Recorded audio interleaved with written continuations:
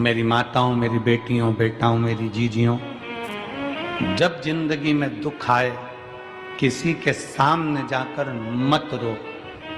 जाना है घर में से लोटा भर कर पानी भरो। श्री शिवाय नमस्तुभ्यं।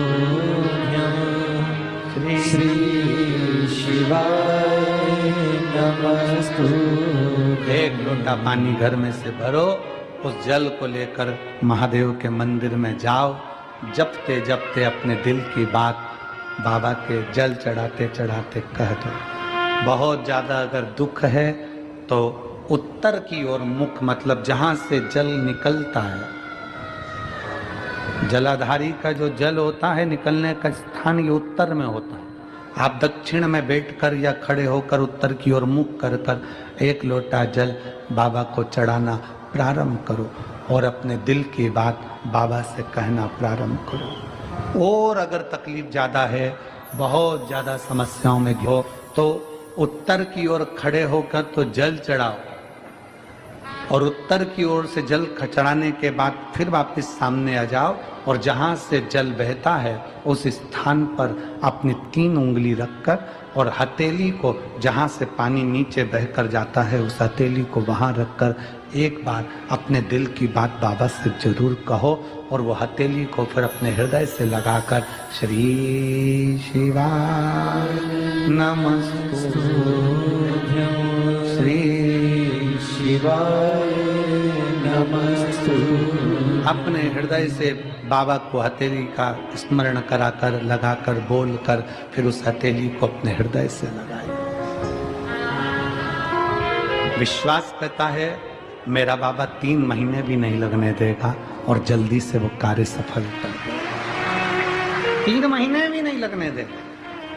अब इसमें क्या लगा आपका? केवल एक लोटा। क्या लगा? एक लोटा।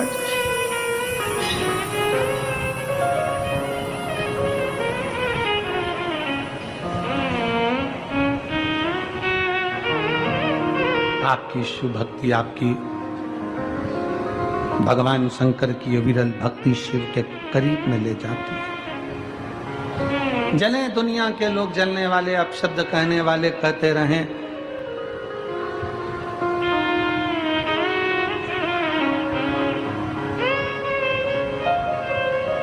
उनका काम है जलना, उनका काम है अपशब्द कहना, कहते रहेंगे। वो कहते हैं ना, तुम जलन बरकरार रखो, जलवा मेरा महादेव बरकरार रखेगा। तुम जलन बरकरार रखो, जलवा मेरा महादेव बरकरार रखेगा। दुनिया जलती रहे, जले, तुम मेरे बाबा को एक लोटा जल पूरी श्रद्धा के साथ, पूर्ण विश्वास के साथ, पूर्ण भरोसे के साथ, पूर्ण भरोसे।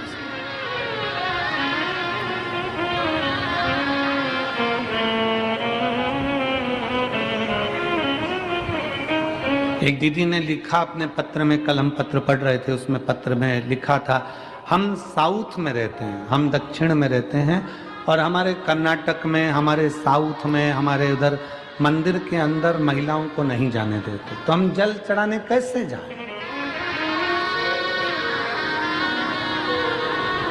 साउथ में हमें मंदिर के अंदर जल चढ़ाने नहीं जाने देते, तो हम कैसे जाएं?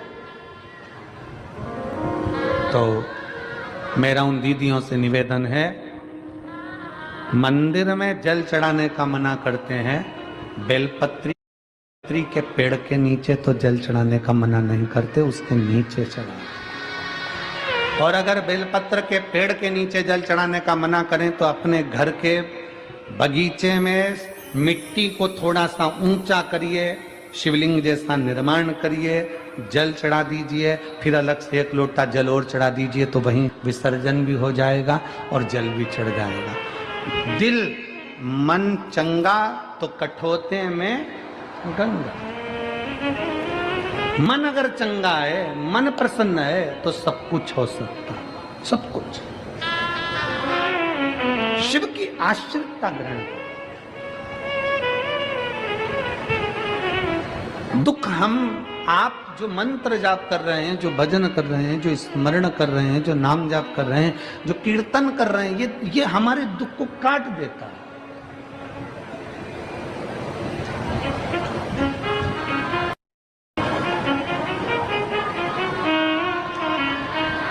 और जब हम भगवान के मंत्र का स्मरण करें तो दुख क्यों ना कटे।